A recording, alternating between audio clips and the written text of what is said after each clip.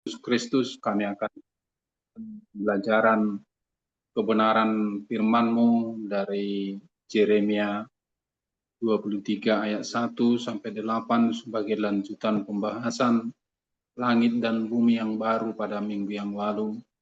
Bapak di sorga, biarlah dalam pendalaman kebenaran firman-Mu ini, yaitu pemulihan di tengah-tengah ketidakpastian, menjadikan kami menjadi orang yang hanya berharap kepada Tuhan saja yang bisa mengubahkan situasi dan kondisi dalam kehidupan kami. Kami serahkan Tuhan pemberitaan firman-Mu ini hanya di dalam kuat kuasa Tuhan Yesus Kristus. Amin. Saudara-saudari, firman Tuhan untuk kita renungkan pada malam hari ini yang diambil dari Yeremia 23 ayat 1 sampai ayat yang ke-8. Saya akan bacakan di tengah-tengah persekutuan kita. Tunas yang adil bagi Daud. Sungguh celaka para gembala yang membiarkan kambing domba, gembalaku hilang dan terserak. Demikianlah firman Tuhan. Sebab itu, beginilah firman Tuhan Allah Israel terhadap para gembala yang menggembalakan bangsaku. Kamu telah membiarkan kambing dombaku terserak dan tercerai-berai, dan kamu tidak menjaganya. Ketahuilah, aku akan membalas ke atasmu perbuatan-perbuatanmu yang jahat. Demikianlah firman Tuhan. Aku sendiri akan mengumpulkan yang tersisa dari kambing dombaku, dari segala negeri kemana aku mencerai-beraikan mereka. Aku akan membawa mereka kembali ke padang penggembalaan mereka. Lalu mereka akan berkembang biak dan bertambah banyak. Aku akan mengangkat atas mereka gembala-gembala yang akan menggembalakan mereka, sehingga mereka tidak akan takut lagi atau terkejut, dan tidak seekor pun akan hilang. Demikianlah firman Tuhan.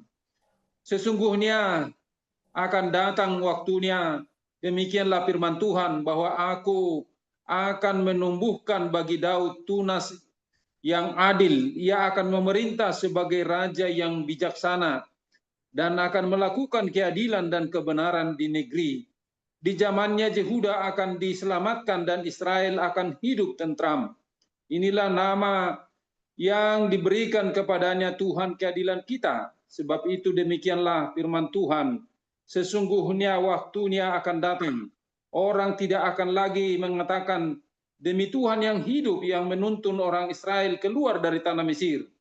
Tetapi demi Tuhan yang hidup, yang menuntun dan membawa keturunan kaum Israel keluar dari tanah utara dan dari segala negeri kemana ia telah mencerai-beraikan mereka. Lalu mereka akan tinggal di tanahnya sendiri. Sedemikian jauh firman Tuhan yang akan kita renungkan pada saat ini, yang juga akan menjadi bahan khotbah di tengah-tengah gereja pada minggu yang akan datang. Jadi ini saya lihat ada beberapa gereja yang akan mengkhotbahkan firman Tuhan ini dari Yeremia pasal yang ke 23 ayat 1 sampai 8 ini. Dan pada malam hari ini kita buat temanya janji pemulihan dalam ketidakpastian.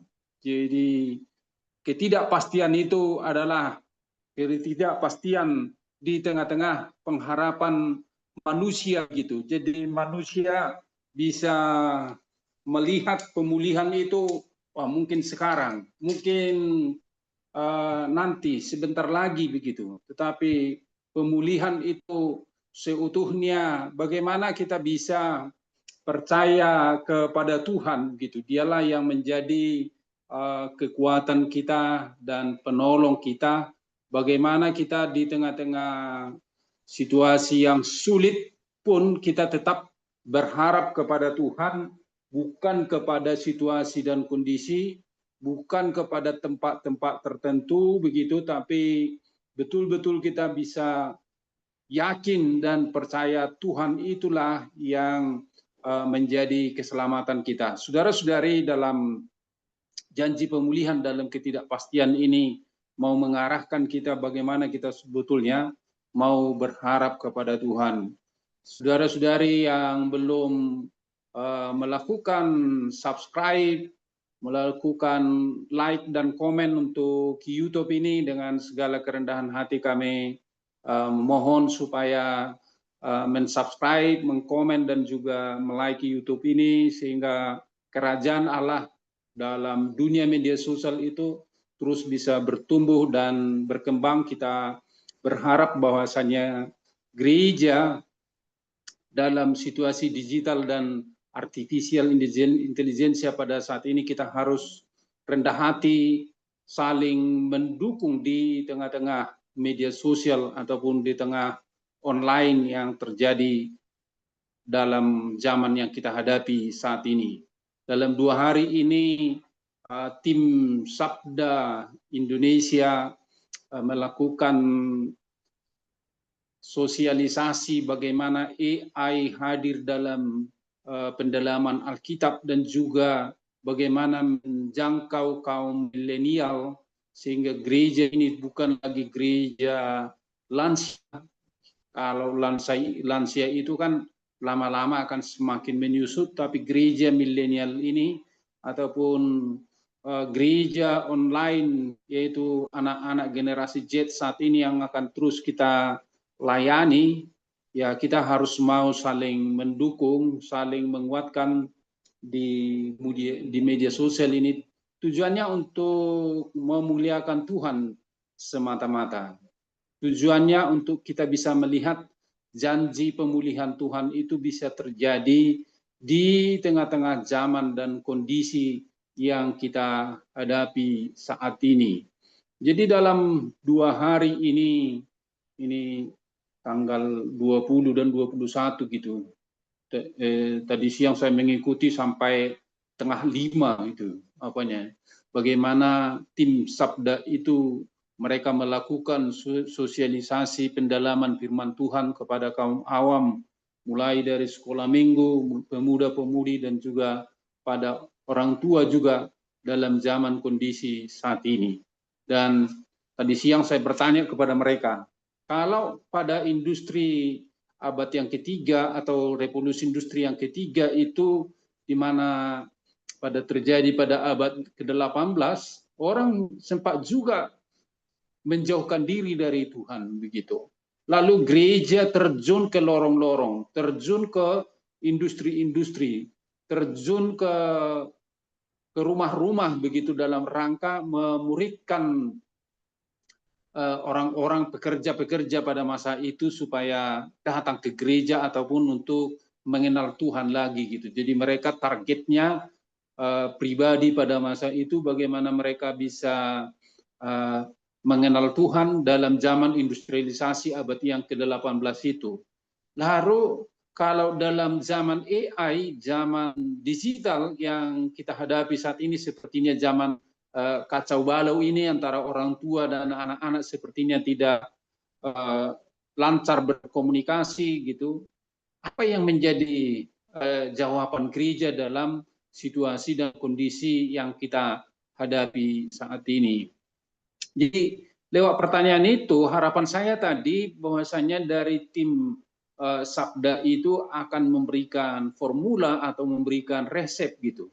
Tapi hanya singkat saja saya dijawab, ya kita hanya bisa berdoa dalam situasi kondisi digital dan AI yang kita hadapi saat ini, sekalipun kita mempersiapkan berbagai cara dalam pendalaman firman Tuhan melalui AI, tetapi tetap juga doa yang menjadi pamungkas, doa yang menjadi harapan kita. Jadi ini semua hanya tools ataupun cara, tetapi bagaimana untuk mengubah pola berpikir anak muda generasi Z saat ini, ya hanya lewat doa begitu. Jadi saya teringat di Korea Selatan itu pernah juga generasi Z-nya tidak datang lagi ke gereja begitu.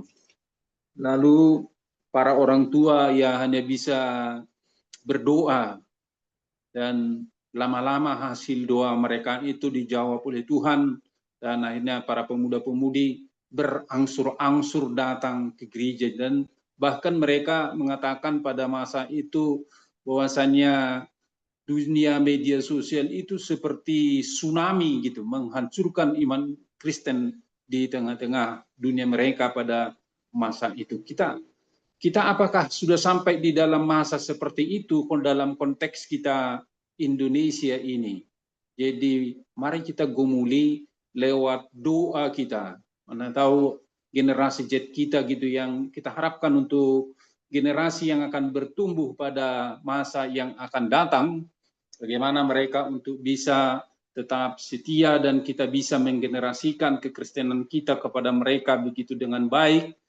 Kalau kita lihat dalam teks yang kita bahas pada saat ini, bisa juga saudara-saudari bahwasannya pemimpin atau juga gembala pada masa itu tidak berhasil mempersatukan, menggembalakan domba-domba itu supaya tetap bersatu kokoh untuk memuji memuliakan Tuhan, dan justru para gembala ataupun para pemimpin umat itu justru membiarkan begitu saja, begitu akibatnya terjadi pembuangan Babilonia. Pembuangan Babilonia itu adalah dampak daripada ketidaksetiaan para pemimpin, para gembala, dan juga domba-domba pada masa itu gitu. Lalu kita bagaimana kita di tengah-tengah zaman yang kita hadapi saat ini, kita bisa tetap membawa situasi dan kondisi zaman yang kita hadapi ini untuk dekat dengan Tuhan begitu. Jadi sangat tertolong ya, juga nanti bisa kita bahas di Kingdom Pemilih Indonesia ini, bagaimana kita mendalami firman Tuhan melalui AI.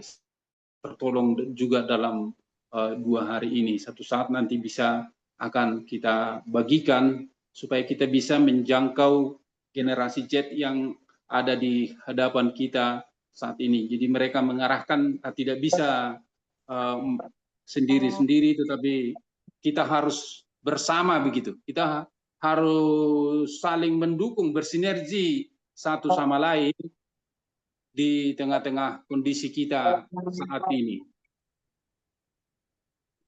Saudara-saudari, kita akan masuk ke dalam kebenaran firman Tuhan.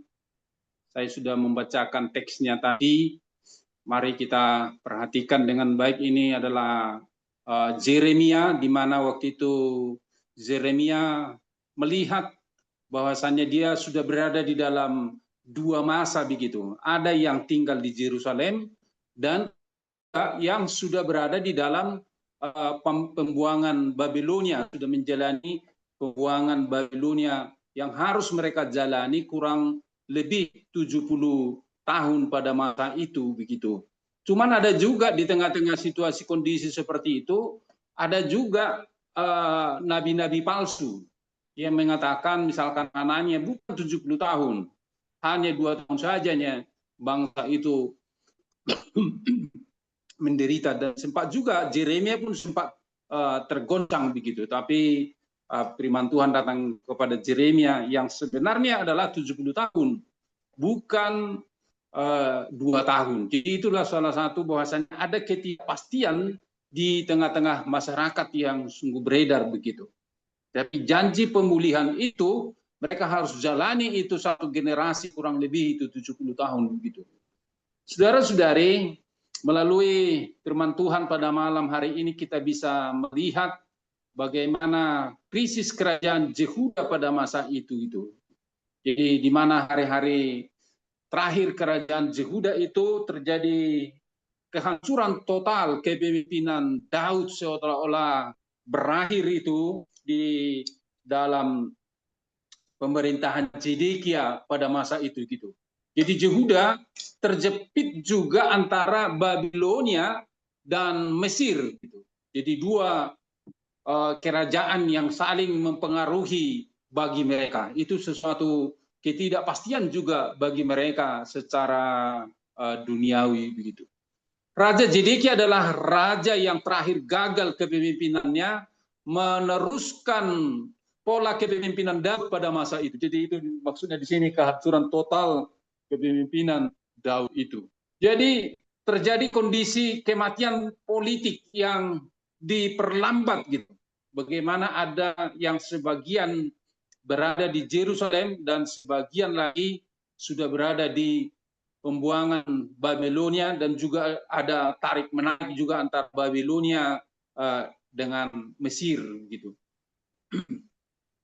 Pertanyaan yang relevan juga hari ini dan juga di tengah-tengah kondisi zaman yang kita hadapi saat ini, apakah Allah masih berkuasa di tengah krisis? Jadi ketika saya di Jogja, zaman kita ini namanya zaman kacau balau, di mana hubungan antara orang tua dengan anak ataupun generasi milenial kita bisa terganggu begitu. Tetapi apakah ada harapan untuk pemulihan begitu? Jadi kembali pergumulan yang kita hadapi ini dihadapi oleh tim Sabda 2 hari ini gitu. Apakah masih ada harapan pemulihan kembali?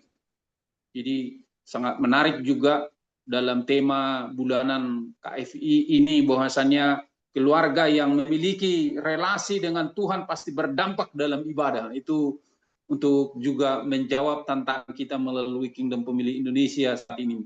Itu menunjukkan masih ada harapan pemulihannya itu dimulai dari keluarga.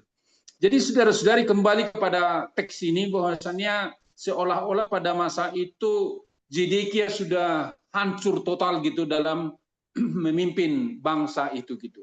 Jadi kegagalan kepemimpinan itu bisa kita lihat tadi di dalam pembacaan ayat 1 dan ayat yang kedua itu. Jadi dikatakan di situ intinya bisa kita baca, celakalah para gembala yang membinasakan dan menyerahkan kawanan domba gembalaanku. Jadi metafora gembala di situ adalah bisa sebagai raja yang tadi yang kita sampaikan adalah Zedekia, dan juga orang-orang yang bertugas juga menjadi pelayan, menjadi gembala di tengah-tengah umat Tuhan itu gitu. Jadi rakyat itu menjadi metafora ataupun gambaran kawanan domba yang perlu dilindungi gitu. Tapi justru terjadi dosa para gembala.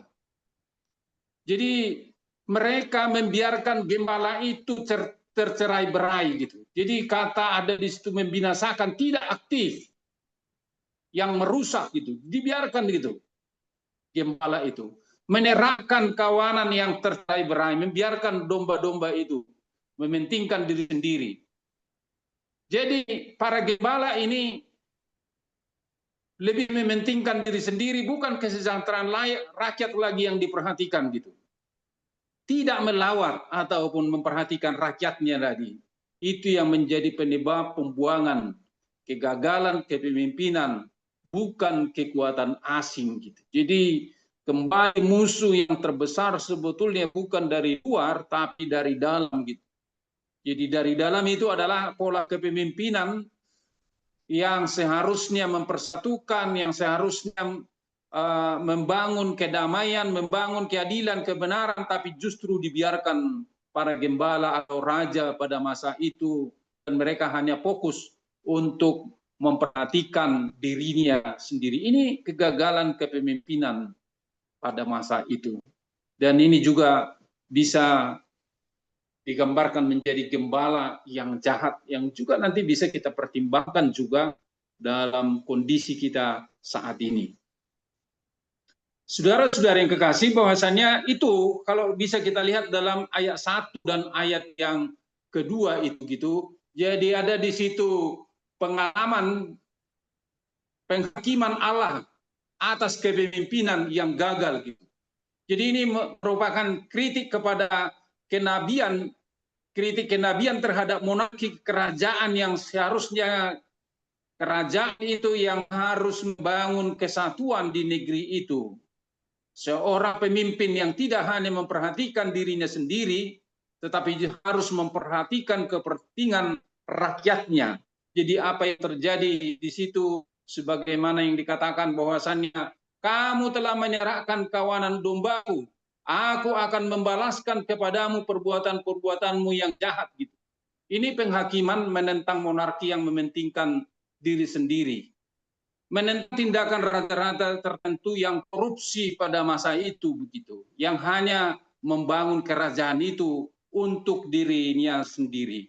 Konsekuensi logis dari ketidaktaatan mereka. Allah tidak membiarkan kepemimpinan jahat itu terus merusak. Nah itu, apa yang ini bisa kita pertimbangkan dengan situasi kita pada masa kini. Dikala kepemimpinan di negeri kita ini mengalami krisis, mungkin di berbagai bidang. Mungkin kepemimpinan yang korup yang tidak bertanggung jawab begitu. Atau di tengah-tengah gereja kita gitu. Allah tetap pasti menghakimi ketidakadilan itu. Tapi bagaimana kita bisa tetap mendoakan mereka? Karena yang hakim yang benar itu adalah Allah. Dialah yang menjadi pengharapan kita. Jadi nanti bisa kita diskusi lebih dalam tentang kepemimpinan yang korup, yang tidak bertanggung jawab dalam situasi kondisi mungkin terjadi masa kini ataupun yang sudah lewat itu.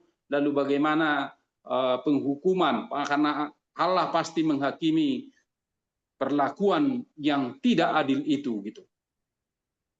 Dan juga saudara-saudari, dalam ayat yang ketiga dan ayat yang keempat, setelah mereka saudara-saudari para gembala itu sudah dinyatakan mereka mencerai-beraikan, lalu Allah yang melakukan janji pemulihan, Allah yang mengambil inisiatif gitu. Allah sendiri, kalau kita baca tadi dalam ayat yang ketiga itu, Allah, aku sendiri akan mengumpulkan sisa-sisa kawanan dombaku dari segala negeri. Ini aku sendiri ini artinya tindakan Allah sendiri yang mengambil inisiatif, bukan lagi gembala ataupun raja, tetapi Allah sendiri. Apa itu tindakan Allah sendiri? Adalah tindakan yang berdaulat gitu. Allah sendiri yang mengambil inisiatif untuk pemulihan bangsa yang sudah masuk ke dalam pembuangan Babilonia itu. Mengumpulkan dari semua negeri pembuangan akan dikumpulkan kembali mereka begitu. Sebagaimana pada minggu yang lalu itu tentang langit baru dan bumi baru itu, bagaimana mereka bisa dikembalikan berangsur-angsur, membawa kembali ke kandang mereka, beranak cucu dan bertambah banyak. Janji perjanjian kepada Abraham tetap berlaku, yaitu bahwasannya keturunannya akan seperti bintang di langit dan juga pasir di tepi laut, itu akan terus berkelanjutan gitu. Ini janji pemulihan ini bukan atas inisiatif manusia lagi, tapi ini adalah Allah sendiri yang berdaulat, Allah sendiri yang menjadi gembala baru gitu. Allah akan mengangkat gembala-gembala yang setia ataupun raja-raja yang setia. Mereka akan menggembalakan dengan benar. Kawanan tidak akan ditakut-takuti lagi. Jadi pemimpin itu tidak menakut-nakuti gitu. Tidak ada yang hilang atau terlupakan. Jadi apalagi dalam zaman kita AI ini sekarang ini tidak perlu lagi rupanya menakut-nakuti gitu. Tapi bagaimana kita sebagai seorang gembala, seorang raja, pemimpin, ataupun yang bertugas di dalam pemerintahan, mengarahkan masyarakat, tidak perlu lagi ditakut-takuti dalam zaman situasi kita yang kita hadapi saat ini. Jadi cocok juga kita belajar dari janji pemulihan Yeremia 23 ayat 3 dan 4 ini.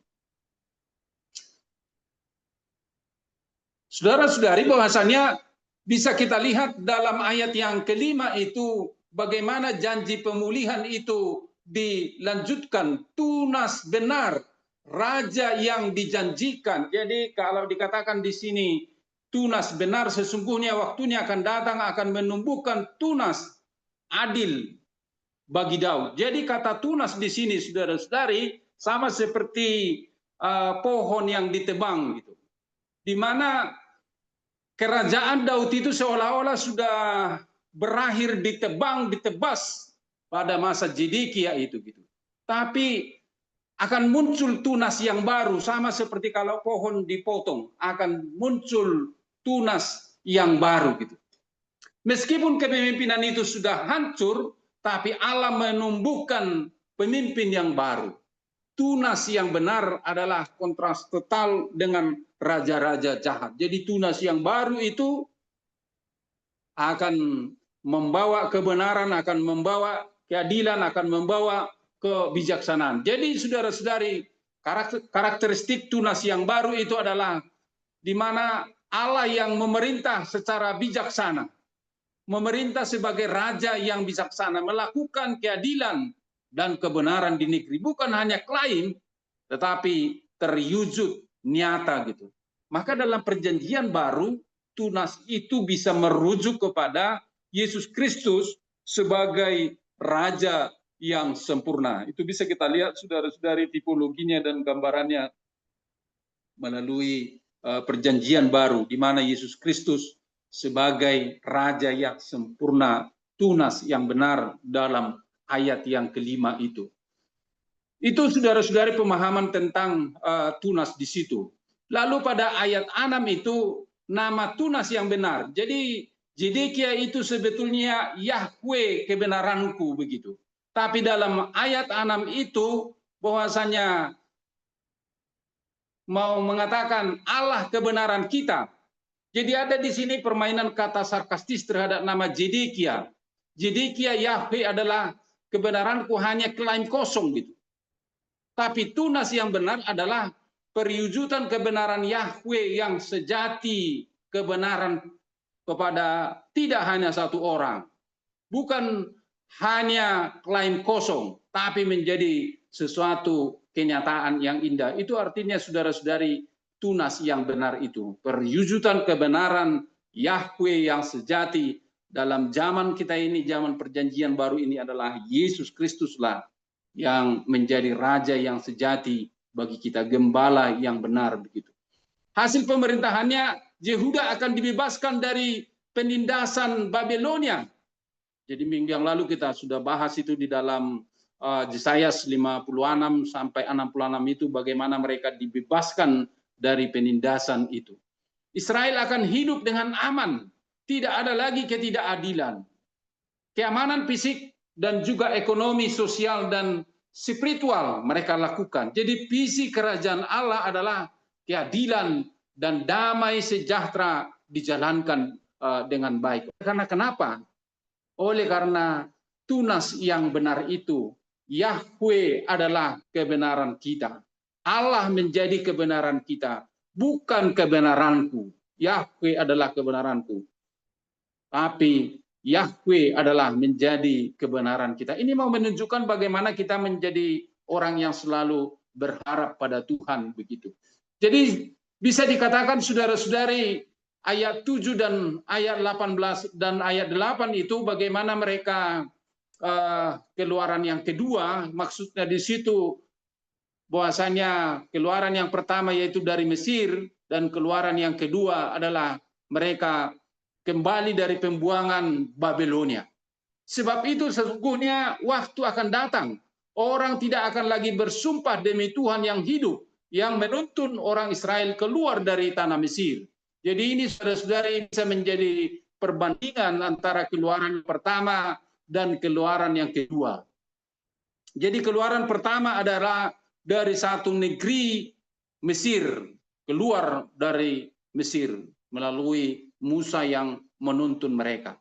Keluaran yang kedua adalah dari segala negeri pembuangan, dari tanah utara Babilonia dan dari segala penjuru bumi. Mereka dipersatukan kembali. Ada pemulihan yang universal dan menyeluruh di tengah-tengah bangsa Israel. Janji Allah tidak ada yang tertinggal atau dilupakan. Itu artinya pemulihan yang universal dan menyeluruh gitu. Allah akan mencari dan membawa pulang setiap orang dari pembuangan Babilonia ataupun dari negeri-negeri yang terasing itu. Ini menjadi pengharapan bagi mereka yang terhilang dan terasing. Itu bisa kita lihat saudara-saudari dalam ayat 7 dan ayat yang ke-8 itu. Saudara-saudari, kita masuk bagaimana kita menghidupi firman Tuhan ini dalam konteks kehidupan kita pada masa kini. Tapi sebelum masuk kita ke dalam firman Tuhan ini, bagaimana kita menghadapi krisis kepemimpinan dengan iman, pada masa itu ada orang yang mengatakan bahwasannya orang yang tinggal di Yerusalem. Jadi orang yang tinggal di Yerusalem itu walaupun bait Allah sudah dihancurkan karena mereka tetap tinggal di Yerusalem, tidak ikut diangkut ke pembuangan Babelonia, maka kamilah yang meneruskan janji Allah itu, yaitu janji bahwasannya berlimpah susu dan madu, ataupun seperti bintang di langit dan pasir di tepi laut itu. Lalu ada juga yang mengatakan kami yang terbuang ini nih. Jadi ada perbedaan pendapat yang mana sebetulnya menjadi bangsa Allah itu yang akan melanjutkan janji perjanjian itu yang disampaikan kepada Abraham, yang terus meneruskan dikatakan kepada Daud yang akan muncul tunas begitu. Dan itu mau menunjukkan bahwasannya adalah orang yang terbuang ke Babelonia itulah yang akan dikumpulkan dari berbagai penjuru itu di Babelonia. Mereka lah sebetulnya bangsa yang melanjutkan perjanjian itu. Jadi ini sesuatu yang tidak masuk akal, maka dari situlah judul kita pada malam hari ini, pemulihan dalam ketidakpastian. Jadi seolah-olah yang pasti itu yang berada di Yerusalem, padahal yang pasti adalah yang terbuang itu gitu. Itu maksudnya pemulihan dalam ketidakpastian itu. Seolah-olah yang di pembuangan itu tidak pasti, padahal mereka yang akan melanjutkan perjanjian itu. Lalu kita masuk ke dalam pola kehidupan kita kepada masa kini. Bagaimana menghadapi krisis kepemimpinan dengan iman? Maka sangat perlu adalah sikap yang benar. Jangan putus asa ataupun kehilangan harapan gitu. Allah melihat segala sesuatu dan akan bertindak. Percaya bahwa Allah akan menyelesaikan pada waktunya. Iman memberikan kekuatan untuk bertahan. Jadi bagaimana sikap yang benar itu, jangan pernah kita berputus asa. Ini pasti berlalu. Jadi di tengah-tengah kepemimpinan, baik kepemimpinan gereja maupun kepemimpinan di tengah-tengah bangsa kita ini, jikalau terjadi krisis, kita harus selalu punya pengharapan. Jangan sampai hilang harapan kita. Tindakan konkret di tengah-tengah pengharapan itu, maka kita harus aktif selalu memperjuangkan keadilan gitu. Jangan sampai kita juga ikut-ikutan, tapi kita bisa memperjuangkan keadilan. Di tengah-tengah tidak ada lagi harapan, tapi kita di situ tetap kita memperjuangkan keadilan yang mungkin kecil. Bisa kita nyatakan seperti mungkin kerikil gitu, yang bisa dilemparkan ke dalam kolam. Ketika dilemparkan ke dalam kolam, lama-lama ombaknya itu bisa sampai ke ujung. Demikian juga dengan kita, ketika kita memperjuangkan keadilan yang mungkin sepertinya tidak kelihatan, tapi suatu saat itu akan bisa menjadi suatu yang kelihatan oleh karena keadilan yang kita perjuangkan. Ada firman Tuhan mengatakan, lebih baiklah kita menderita oleh karena berbuat benar daripada kita menderita oleh karena kita berbuat kejahatan gitu. Jadi berdoa untuk para pemimpin yang hanya memperhatikan dirinya sendiri sebagaimana dalam ayat 1 dan ayat 2 tadi gitu. Menjadi suara profetik yang berani. Jadi salah satu dalam perjanjian baru tanda kepenuhan yang Roh Kudus itu adalah berani dia menyatakan kebenaran, keberanian itu tidak asal-asalan gitu, tapi dia menempatkan posisi kebenaran itu pas pada tempatnya gitu. Kalau belum pas, dia harus merenung lagi lebih dalam, belajar lebih dalam lagi, memaknai lebih dalam lagi, memilih lagi yang mungkin banyak harus pilihan dan memutuskan untuk berjalan dalam kebenaran itu. Kita harus berani itu menjadi suara profetik yang berani. Mendukung kepemimpinan yang berintegritas. Jadi pasti kita bisa lihat ketika kepemimpinan itu adalah kepemimpinan hanya kepentingannya sendiri ataupun yang korupsi, kita bisa mungkin tapi pada dasarnya kita harus mendukung kepemimpinan yang berintegritas. Tidak diam di tengah-tengah ketidakadilan. Ya, umat kita bisa berdoa gitu, memohon supaya Tuhan mengubah situasi dan kondisi. Itu sikap yang pertama di tengah-tengah krisis kepemimpinan dengan iman. Lalu yang kedua, saudara-saudari, sikap kita dalam menghadapi zaman ini menjadi pemimpin yang setia yang bisa kita lihat tadi dalam ayat yang ke-3 sampai ayat yang ke-6 itu, meneladani tunas yang benar, memimpin dengan bijaksana dan rendah hati. Jadi kita harus bisa melihat pemimpin kita itu ya harus bijaksana dan rendah hati, tidak hanya memperhatikan kepentingannya sendiri, tapi kepentingan orang lain, mempersatukan orang lain, mempersatukan rakyat, mempersatukan domba-domba gitu. Dan juga memperhatikan kesejahteraan yang dipimpin, kepemimpinan yang melayani, bukan dilayani. Berlaku untuk semua bentuk kepemimpinan ini, baik dalam keluarga kita, baik dalam gereja, maupun di tengah-tengah masyarakat. Ini adalah prinsip kepemimpinan Alkitabiah. Bertanggung jawab kepada Allah. Jadi kepemimpinan itu pertanggungjawaban utamanya kepada Allah, bukan kepada manusia gitu. Jadi dia mengutamakan, ketika dia bertanggung jawab kepada Allah, dia mengutamakan kepentingan orang lain. Memahami kondisi orang lain, memahami talenta, karunia, kemampuan yang diberikan Tuhan kepada orang lain. Berintegritas dalam perkataan dan perbuatan. Menjadi teladan dalam kehidupan. Dan juga memberdayakan orang lain untuk bisa bertumbuh di tengah-tengah kepemimpinan itu gitu. Lalu yang ketiga, saudara-saudari, mempercayai janji pemulihan. Bukan ketika tidak ada harapan, Allah tidak akan melupakan umatnya. Jadi kalau kita lihat tadi dalam pembahasan teks ini seolah-olah tidak ada lagi harapan gitu. Tetapi akan mencari dan membawa pulang setiap orang. Pemulihan mungkin tidak sesuai waktu kita, tapi kita menyelesaikan waktunya Tuhan. Pasti tepat sesuai dengan kehendaknya. Kita mengikuti waktunya Tuhan, bukan waktunya kita. Allah akan menyelesaikan apa yang dijanjikan. Hidup dalam terang janji yang iman aktif gitu. Jadi ketika kita di perjanjian baru, kita mengetahui ada yang sudah dan belum. Jadi pemulihan sudah dimulai melalui Kristus. Tunas yang benar itu sudah datang. Yang belum digenapi adalah kedatangannya yang kedua kali yang tak seorang pun tahu begitu. Tapi sudah ditunjukkan pemulihan itu yang sudah itu dalam Yesus Kristus. Dan yang belum itu adalah kedatangannya yang kedua kali. Hiduplah sebagai umat yang menantikan dengan iman. Dan aktif terlibat dalam misi Allah di tengah-tengah dunia ini. Ini saudara-saudari. Jadi kesimpulannya untuk konkret dalam kehidupan kita, jangan putus asa di tengah krisis kepemimpinan. Percayalah bahwa Allah tetap berkuasa penuh. Yang kedua, saudara-saudari, menjadi pemimpin yang setia dan yang bertanggung jawab.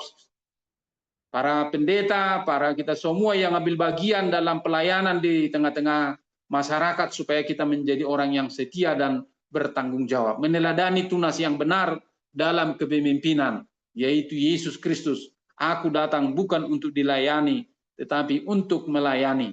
Mempercayai janji pemulihan Allah, yaitu hidup di dalam pengharapan yang teguh. Jadi kalau ada pengharapan, saudara-saudari, kita tidak akan putus asa.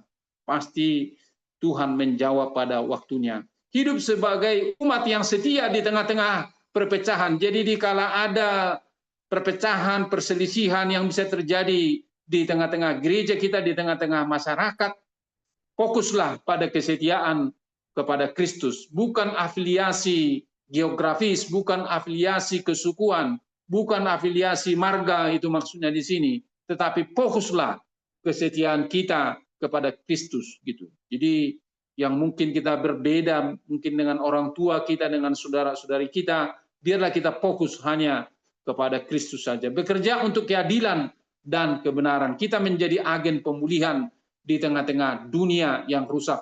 Inilah saudara-saudari, celakalah gembala, bahwasanya gembala yang jahat, tetapi berbahagialah umat yang menantikan tunas yang benar, yang akan memerintah dengan keadilan dan kebenaran. Jaminan iman kita adalah Allah yang setia kepada janjinya akan menyelesaikan apa yang telah Dia mulai.